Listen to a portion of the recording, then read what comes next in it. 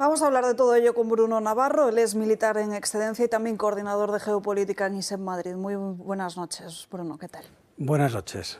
Bueno, hablamos de Nigeria, que es uno de los países más violentos, ¿no? para los cristianos, con miles de asesinatos cada año. ¿Cuáles son precisamente los factores estructurales que explican esta persecución?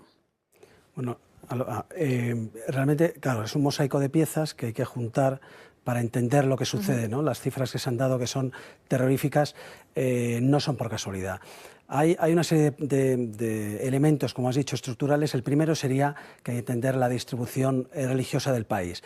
Hay una mayoría de musulmanes al norte y una mayoría de cristianos al sur. Una franja realmente de este a oeste perfectamente clara, al norte los musulmanes, al sur los cristianos.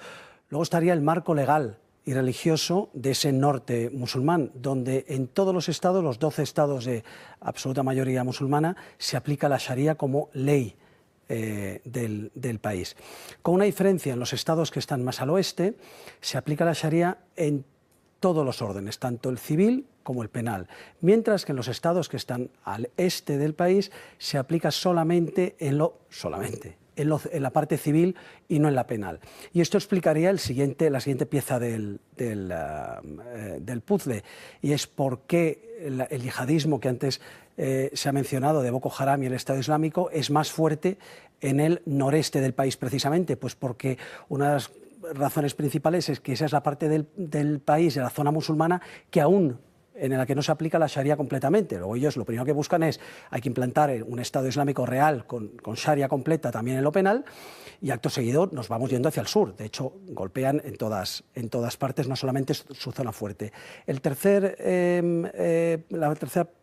pieza del puzzle, que también se ha comentado, son los pastores fulani, que son del norte, son musulmanes y tienen un problema de tierra y agua porque se va desertificando el país, menos lluvias, el ganado lo van corriendo hacia el sur, a lo que se llama el corredor o el anillo, el cinturón cristiano del centro del país, donde ¿quiénes viven? Pues los agricultores cristianos. Y esto es muy parecido a lo que hemos visto toda la vida en las películas del oeste: tus vacas no pasarán por mi rancho, Joe. Pues es exactamente eso. Los pastores arrasan los campos, los cultivos de los cristianos, de los agricultores cristianos, con sus rebaños. Y cuando hay algún tipo de resistencia, utilizan las armas que ellos sí tienen, y los cristianos en general están desposeídos de ellas.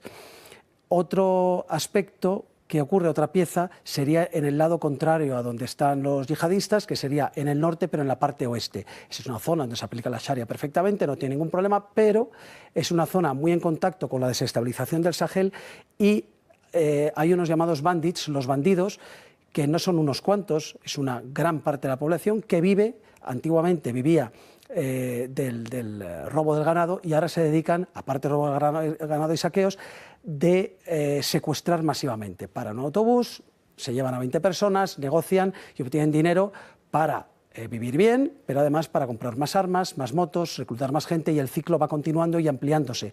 ¿Cuáles son sus víctimas principales?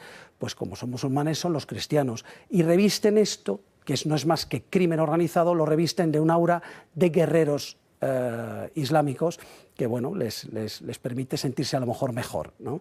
dentro de todo ese complejo cosmos. Y luego hay otra cuestión, y son las armas. Hemos hablado de grupos yihadistas, hemos hablado de pastores fulani, hemos hablado de bandidos, y precisamente el flujo masivo de armas que llega de un Sahel desestabilizado viene del norte, de esa frontera de Nigeria con Níger, que es el comienzo de ese Sahel desestabilizado. Por lo tanto, todas esas armas llegan por ahí. ¿A quién llegan? ¿Quién comercia? ¿Quién trafica con ellas? Todos esos grupos que son mayoritariamente musulmanes, de tal forma que ¿contra quién las usan? Principalmente contra los desarmados y odiados cristianos que están en el centro y en el sur del país. Y la última pieza del tablero sería la impotencia y la impunidad con la que se opera. Es decir, en el norte y en buena parte del centro no existe el Estado, no hay un control de nada, de tal forma que cuando yo un domingo quemo una iglesia y mato al párroco, y no me pasa nada porque no hay prevención, porque no se persigue, porque no se detiene, no se juzga y pocas veces se condena, pues lo que tengo es impunidad, un sentimiento de vamos a repetirlo. Y el cristiano también un sentimiento de a lo mejor tenemos que irnos. Y eso es lo que ocurre. Y la tónica habitual, hemos visto ese ejemplo de ese sacerdote asesinado a tiros, han ido específicamente por a él en una ciudad algo más grande. Cuando se trata de pueblos se espera la misa del domingo, llegan las patrullas motorizadas, empiezan a disparar, matan, queman la iglesia y matan o secuestran al párroco. Es un poco la tónica del día a día de millones de nigerianos. Entiendo, Bruno, que esos tres protagonistas actúan bajo dinámicas diferentes. Hablamos de Boko Haram, las milicias fulani y el Estado Islámico. Es decir, que no actúan de forma coordinada, ¿no? No, sí y no. Tenemos Boko Haram, que es el grupo que todo el mundo ha oído alguna vez, es el más conocido, es como surge el yihadismo en la zona. Con los años se unen al Estado Islámico como rama local y se cambian el nombre, desaparece Boko Haram y se quedan como Estado Islámico en la provincia del África Occidental y ahí desaparecen. Pero el Estado Islámico no tarda meses en darse cuenta de que la filial que han comprado, por así decirlo, está un poco podrida. ¿Por qué? Porque es terriblemente sádica y cruel. Ojo, esto lo dice el Estado Islámico, que sabemos a qué nos tiene acostumbrado. Para que el Estado Islámico considere que Shekau, que era el fundador y líder entonces de la organización, era un loco peligroso y sádico, imaginemos cómo debían ser las cosas. El caso es que le destituyen, muy bien, pero Shekau se va con una buena parte de sus fieles. ¿Y qué hace? Dice, bueno, pues voy a reorganizar el antiguo Boko Haram, de tal forma que hoy coexisten tanto el Estado Islámico en África Occidental como Boko Haram. Se pelean entre ellos y en ocasiones actúan juntos y se reparten más o menos el territorio del noreste. Otra dinámica distinta es la que hay en el centro y en el oeste de la zona musulmana, donde están los que hemos dicho, los pastores y los bandidos. Las motivaciones son distintas, pero al final, como hemos dicho, el objetivo suele ser el mismo. Son los cristianos los que salen más perdiendo de todas estas luchas, son sus objetivos preferenciales. Si hay una comunidad de doctrina, no la hay. No hay una jefatura unificada, no hay un centro de coordinación, no hay una estructura vertical de arriba abajo como en un ejército. Lo que sí hay es un ecosistema en el que a veces se mueven cómodamente aliándose. Si así les interesa, pueden compartir armas, rutas, proveedores, intermediarios, y cuando no les interesa, porque se están pegando por el mismo trozo del pastel, por el mismo territorio, pues entonces se pelearán. Y así vemos como un día hay dos grupos que están coordinados para atacar una serie de poblados cristianos y a la semana siguiente se están matando entre ellos porque pues, uno quería quedarse con una zona que consideraba el otro. Es un poco... Esto al cristiano que lo sufre, ¿le importa mucho que actúen coordinadamente o no? Pues poco. Sirve, desde luego, para la... hay que saber quién ha realizado un ataque porque nos interesa a efectos estadísticos y analíticos para identificar quiénes son más peligrosos en una zona, en otra y poder poner los medios para combatirlos. Pero el cristiano que está allí, cuando por la noche oyes llegar unas motos, lo único que haces es apagar las luces, esconder a los niños y rezar para que pasen de largo. No te preguntas si son fulani o son Boko Haram. Sobre la dimensión territorial y étnica, ¿hasta qué punto este conflicto tiene una raíz territorial y económica o solo estamos hablando de una motivación religiosa? Pues son las dos. Hay una motivación de tierra y agua, sobre todo en el caso de los fulaníes, en los únicos que tienen, digamos, esa excusa.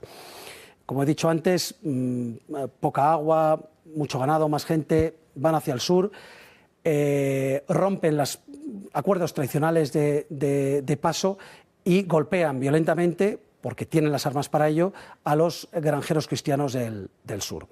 Pero el aspecto religioso, que es evidente en el caso de Boko Haram, Estado Islámico, en el caso de esta gente y también de los bandidos, es muy claro también. Porque si solo fuera el territorio no veríamos la dinámica habitual, y es misa en domingo, el pueblo lleno, la iglesia llena, ataco, mato, quemo, destruyo la iglesia y me llevo al párroco o lo encontramos después en una cuneta. Luego, claro que hay una motivación religiosa detrás de ello. Y además hay una cuestión muy clara. En esta zona del mundo,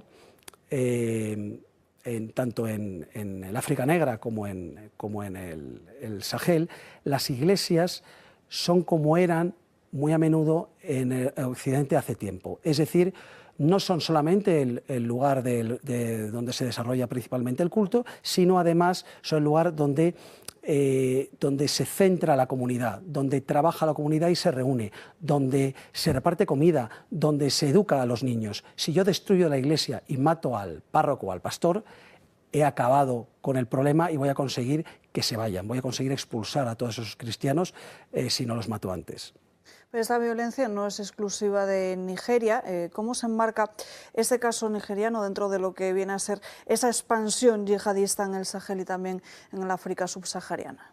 Claro, antes has dicho África subsahariana, que es la nomenclatura más moderna y políticamente correcta de lo que siempre hemos llamado el África Negra, ¿no?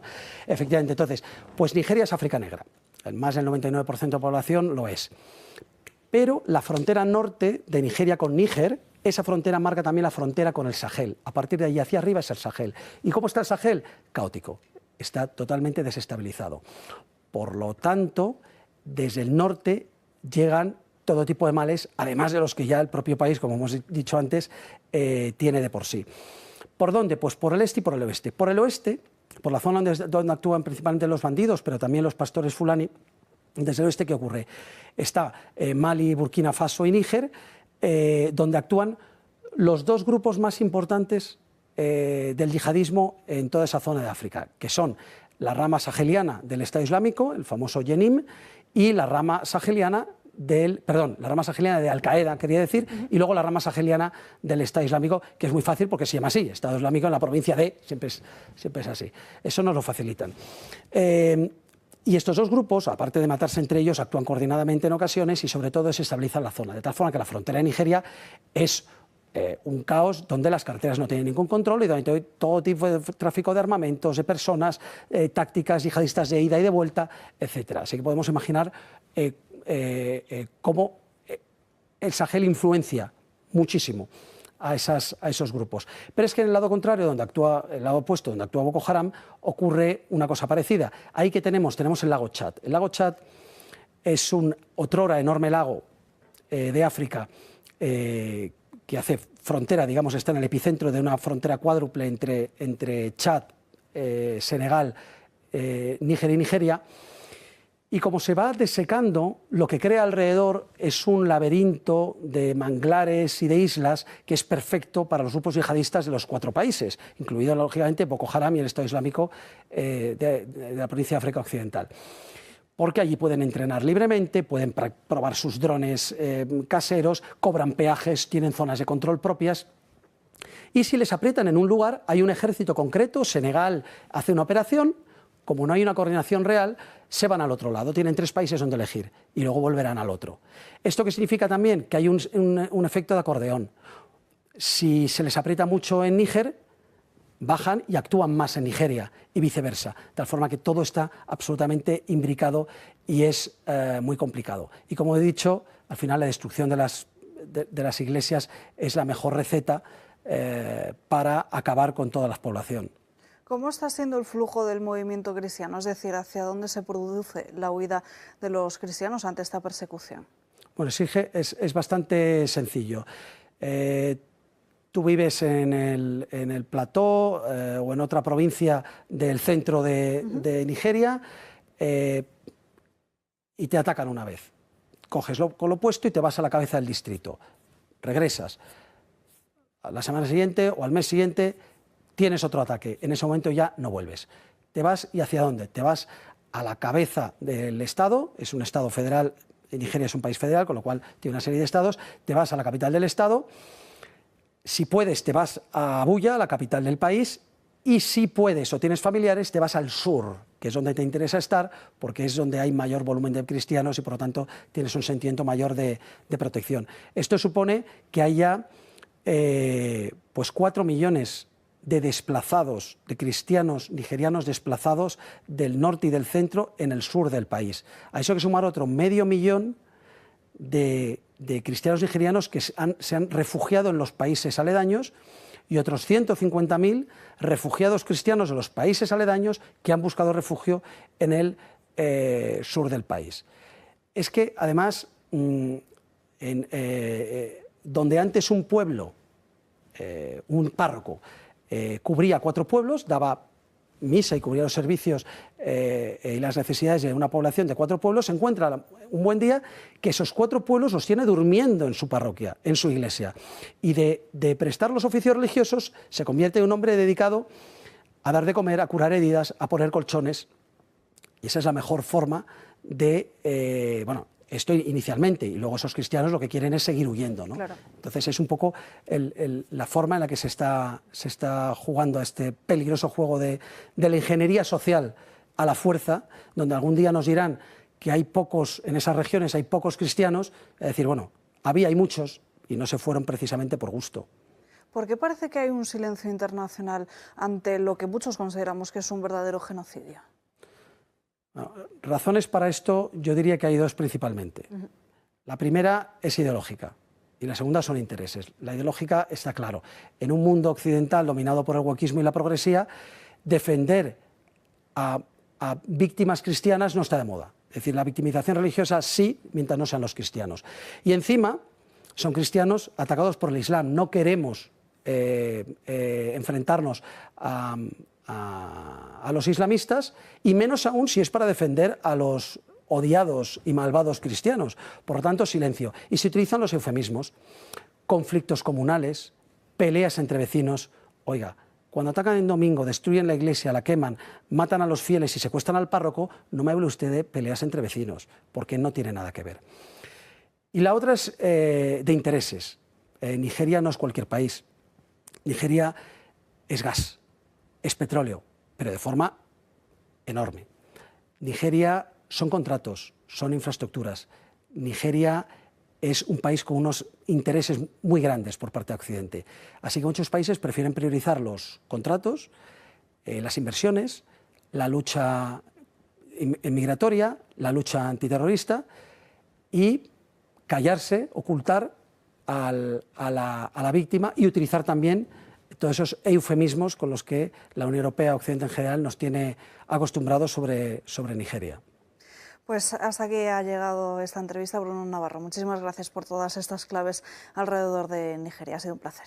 Muchas gracias a vosotros.